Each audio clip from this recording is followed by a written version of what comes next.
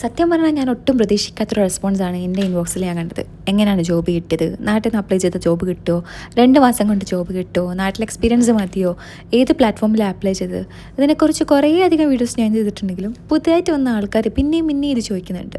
ഞാൻ ഇവിടെ വന്നത് വിസിറ്റിംഗ് വിസയിലാണ്. ജോബ് നോക്കി തുടങ്ങുമ്പോൾ എക്സ്പീരിയൻസ് ആണോ എന്നുള്ള ചോദ്യമായിരിക്കും കൂടുതൽ ആൾക്കാരും കേൾക്കുക. ഇവിടെ വർക്ക് ചെയ്യാതെ എക്സ്പീരിയൻസ് എങ്ങനെ ആവാനാ അല്ലേ?